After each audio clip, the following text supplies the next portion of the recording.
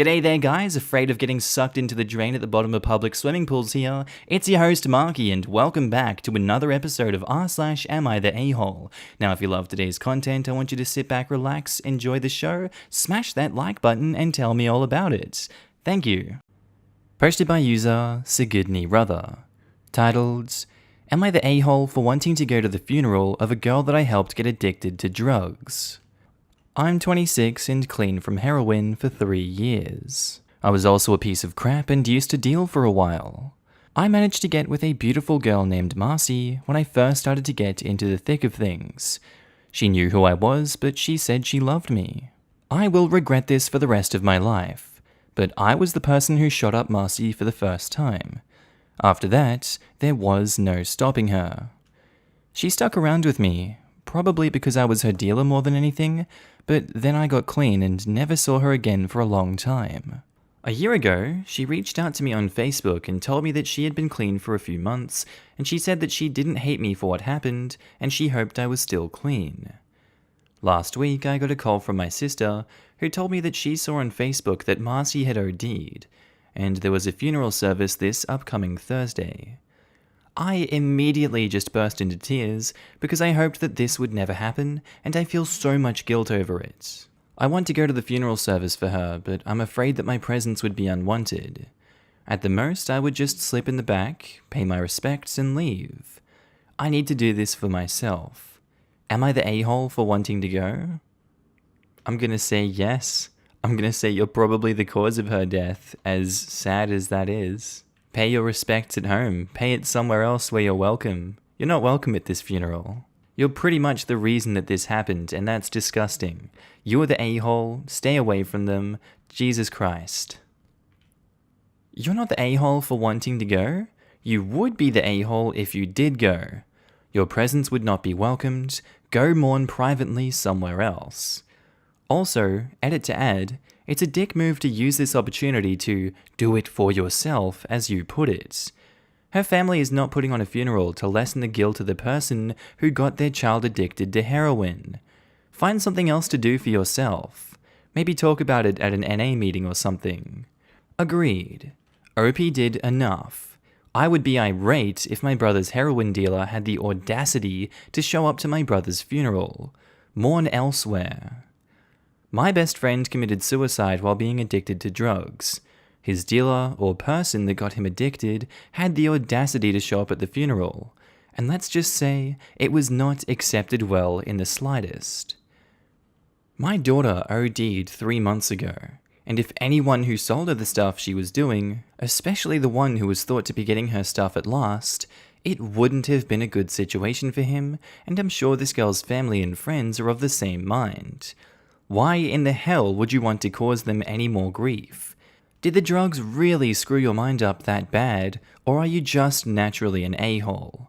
You want to do something decent? Stay away. Far away. Don't sneak in the back quietly, don't go to the graveyard, just stay away. These people had to bury their child, and there is no worse pain that I know. Leave them alone, they have enough pain to deal with. You're the a-hole. If her family is aware that it was you that started her on that path, and they will be hurt to see you at the funeral, then do not go. The family's feelings matter significantly more than your feelings. This is really the crux of the issue. Funerals are for the living, and unfortunately, the living in this circumstance wants absolutely nothing to do with OP. It would be beyond selfish to prioritize your need to grieve versus the family. I appreciate the fact that you are receptive to judgment. Find your own inner peace, OP, and good luck. If you go, you're the a-hole. Sorry, dude. Hear me out because I am saying this with a frame of reference. I unfortunately have had to deal with more than one opiate addict in my life, and even more, unfortunately, had to cut more than one opiate addict out of my life. You can only help someone out so much. After a while, it gets to the point that you're enabling the addiction, and if they won't make the effort to let you help them in recovery, then you just have to cut ties. If you've never been there, you cannot fully understand. Anyways, I seriously begrudge those who exposed my one-time close friends to the drugs initially. No one is special. No one won't get hooked, and you knew that when you stuck the needle in her arm. You knew the pain, you knew the withdrawals, and you knew the danger you were putting her in. You exposed someone you supposedly cared about. Her friends and family know that you knew all of that when you stuck the needle in her arm. They hate you, dude, and do not want you there. Do not go. I am genuinely glad that you got clean. I know it isn't easy. The fact that you are clean is not only going to make the situation worse for her friends and family. You have your life. She doesn't. Do not pour salt in their fresh wounds. Going would be the most selfish thing you can do right now. Find another way to cope and get closure. I wish you well in your recovery. Getting clean from heroin is no small feat. You should be proud in that regard, but you need to pay your respects in another way privately. And OP says, thanks for taking the time to respond. It means a lot. Updates. Am I the a-hole for wanting to go to the funeral of a girl that I helped get addicted to drugs? I want to sincerely thank everyone who commented. Everyone's comments were appreciated, including those who were less than pleasant. Since I received such great advice on my original post, I felt like I had an obligation to update. And I'm trying to follow through on all aspects of my life, even internet ones. The funeral service was held this past Thursday. Before then, I brought all the advice I received online and brought it to the real world and talked to both my therapist and sponsor about how I was feeling and what I should do. My sponsor was straight with me and told me that I would be putting myself in danger by going, and that I should do something else that day to grieve. When Thursday rolled around, I was a mess. I seriously considered both just going to the funeral or using again, but instead I grabbed my dog and we went on a road trip. We went to the beach and just hung out, the two of us. I'm doing okay this week, but obviously I'm still not doing great. I haven't reached out to any of Marcy's family, and I don't plan to.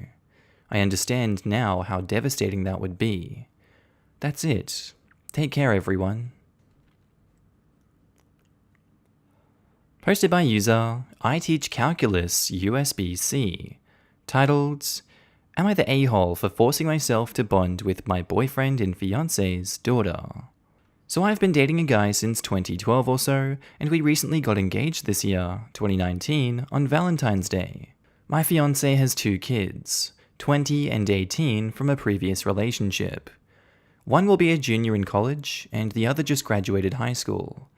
Their mum isn't involved in their lives at all, and does not even live in the same country. However, I didn't really meet them until late 2014, early 2015, when my then boyfriend and I knew that we were serious. I've always got along well with the 18-year-old because he's relaxed and easygoing, but I've had more problems with a 20-year-old girl. When we first met, she'd always try to avoid talking to me or speak awfully of me behind my back. She even stopped going over to my fiance's house and instead chose to alternate living between her aunt's and uncle's homes because of me. This was when she was under 18 and legally under her dad's care. At some points, it was so bad that my fiancé debated whether he should keep dating me or not, and I really didn't want to break up with him. When she was about 17 to 19 or so, we got closer. Her dad dragged her to therapy after some behavioral problems and depressive symptoms, and we learned from her therapist that she had a lot of trauma from not having a consistently emotionally available mum figure in her life. Because I teach high school, I know how to get along decently with teenagers. I am one of the most popular teachers at my high school, and what it's like to be a 17 to 19-year-old girl from personal experience. I used those experiences to kind of try and force myself and bond with her to be the mum figure she lacked. I started going to her soccer games, dance shows, and school rallies when she was 16 and a junior in high school. I just generally tried to show that I cared for her by giving her hugs, listening to her friend and boy drama problems, and buying her things she liked. I think she likes me more now than before. I'm the first person she hugs when she comes back home from college and all that, although she's still closer with her aunts. She grew up under their care because my boyfriend was young when he had her and was in medical school full time. She planned out a nice Mother's Day celebration for me this year too. Explained that she wasn't comfortable doing it before we were engaged. She only came over 3 to 4 days a week when she was in high school, so it was doable. However, now that my fiancé and I are engaged and getting married in either 2020 or 2021, I wonder if I would actually be able to handle having her long term in my life. I feel like such an a-hole for kind of faking my bond with my fiancé's daughter, especially when it comes so naturally with my fiancé's son, and in light of our impending marriage. I do appreciate that she is pretty, well-liked, resourceful, and smart. She attends a college that's Ivy level, but I'm not sure if I love her or ever will. Am I the a-hole for making an ingenuine bond with my fiancé's daughter in her teenage and early adult years, especially when she might think that I really like her? Genuinely, where the hell did that come from? I really wasn't expecting you to turn the tables like this. Why do you not like her so much? Why is it an ingenuine bond? Why can't you just like her and be a normal person? If you're marrying this man, why are you not able to handle having her long-term in your life?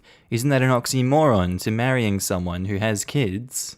Yeah, I'm just gonna commit to you, but, not the kids. I'm gonna fake a relationship with them and then, I couldn't be bothered after that, I don't really like him. Just terrible decision-making all around. You would be the a-hole if you continue the ruse and don't tell her, and you are the a-hole for what you have done. You're the a-hole. You wrote a lot here, so I'll help you out with some free editing. Soon after meeting my partner's children, I ran into conflict with this troubled younger daughter to the extent that my partner seriously considered leaving me because of it. Not wanting to lose my relationship, I decided that I would pretend to care about this child. I used my educational background and things this child revealed in therapy to round out my deception.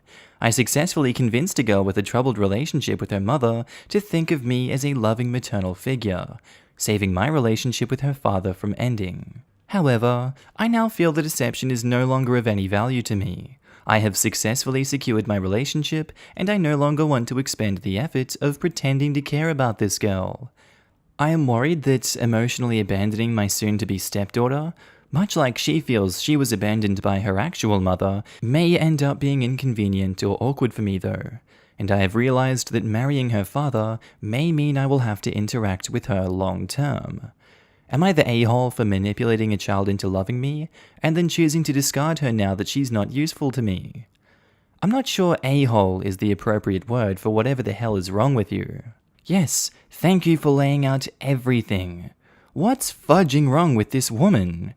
I am 100% certain her fiancé would dump her cold ass if he ever knew or read about her comments in this thread. She's essentially living in a relationship based on a lie. Yeah, that's what I said, but in a much better way. Pretending to bond with a motherless child as their mother figure, then wanting to drop them as soon as they got engaged to said motherless child's daddy, is such an evil thing to do that I want to vomit. You're the a-hole. At this point, this girl trusts you and bonded with you. You can't just drop her now. It'll hurt her even more than if you had just left her alone from the start. Please don't hurt her. You're the a-hole. Such a creepy, insincere, and kinda psychopathic thing to pretend to bond with a young person just to get their parent then to try to drop that bond because you got what you wanted. Makes my skin crawl. Especially a young motherless person. You want to pretend to be a mother figure, then dissolve that once you got that commitment from her father? Vile and evil. Updates. Am I the a-hole for forcing myself to bond with my boyfriend/fiancé's daughter? I read over the replies to the post and thought really hard about it, although I admit I was often argumentative and didn't really want to listen for the most part. Meanwhile, my fiancé's daughter came home shortly after I wrote the post. I asked her what she thought of her dad and I getting married, and she said that she couldn't wait to spend more time with me and all. I opened up and became super honest about my anxieties going into the marriage, how I didn't know how my role would change in her and our family, and how I was scared that I wasn't ready to be a mum to her and her brother. She reassured me that my role wouldn't change much, and that I was already the closest thing to a mum she ever had. I kinda started crying when she said that, and then she started crying too. Since her birthday is coming up soon, I always get her a card and write her something meaningful. I've also started to reflect upon all the memories we've shared, all the heavy personal stuff she's talked about with me, her soccer games and her team's wins and losses, her dance shows, her late night phone calls from college, both happy and sad, etc. Now that I'm more clear on what she wants and expects from me after her dad and I get married, I think I've come to realize that yes, at first, I did have to sort of force myself to bond with her, especially when our relationship was on the rocks. But I've really come to love and appreciate my boyfriend's daughter, even through all the arguments and her initial teenage behaviors. Without her, I wouldn't get nearly as many hugs or as much love. And more importantly, I'd have missed out on getting really close with someone as intelligent, talented, and passionate as she is. When she was away for the past month or so at school and traveling for the summer, I actually really missed her, and I know that my life wouldn't be the same without her. I missed her hugs, love, and her snarky commentary on our favorite shows. I love all the hugs and appreciation I've gotten from her, but she's enriched my life in so many ways. So no, Reddit, my boyfriend and I are not getting divorced or breaking off the engagement anytime soon, but thank you for making me really reflect on my thoughts and potential behaviors towards her. I now see how suddenly withholding love could be really harmful towards someone who's gotten close to me, and someone I've grown really close to also. I think my fiance's daughter and I will just continue as we are, and hopefully grow even closer throughout the years. Typically, when someone who was the a-hole realizes they were wrong and tries to rectify that, it feels good to read about. This didn't feel that way though. The way you wrote your post gives indication that there's still something seriously wrong, and honestly makes me feel sad more than anything. I think it really comes down to what seems to be serious lack of empathy on your end. You seem to only care about this kid as far as you personally benefit from her. Your post goes into detail on how you realize you love her, primarily because of what you personally would be missing out on for not having her in your life. While that's nice, I guess, it feels very conditional and not genuine. It almost feels like you're doing the right thing, but still completely missing the point. Yeah, I agree. Even though OP is saying they do love the kid now, it just doesn't feel sincere. It has only been 28 days and seems like the fiance's daughter was away at school for the most part. Even though OP said she missed the daughter, how will she feel when the fiance's daughter is actually around? Seems premature to post an update that does a complete 180 flip when it's only been a month. I feel like since OP is in her 50s and has already invested so much into this dude, OP might be trying to cover her ass by writing this update, just in case somebody finds the previous post. Could also be a troll, but sadly I know there are people like her that exist. What the actual F is wrong with you? Everything in your post has been selfish, manipulative, and creepy as hell. This has to be a really crappy bait post. I feel like this post is trying to manipulate us into believing that she's changed and really loves her. It doesn't read as sincere at all. This kinda seems like it's still about what you get from her rather than what she deserves as a human being who trusts you as a maternal figure. I mean, you went on a big thing about how you don't love her, but now that she's said she doesn't expect much from you, you love her? And what you love is the attention and appreciation. Mum once married someone like you. Haven't seen him in over a decade. Wish I'd never met him at all. Alright, that's where I think I'm going to end today's episode, guys. As always, I really do hope you learned something or just really enjoyed the posts that were put up today. Quick shout out to all my new and existing Patreon and channel members. You should be able to see your name on screen right now, and if you don't, then I don't think you're part of the club, and you really should join the club because it's a great club. And I want to thank every single one of you guys for supporting me in this journey. It really means so much to me, and I love you all so much for it. Thank you for helping me out. As you can tell, I'm now happy and healthy back in Australia. Thank God it's not cold like Ireland. I don't like wearing jumpers everywhere. I prefer the heat. Thank you very much. I know that's an unpopular opinion. Anyway, guys, I really do hope you enjoyed today's episode. I'll see you in the next one. Have a good day, night, sleep, whatever you're up to, and I'll see you later. Bye.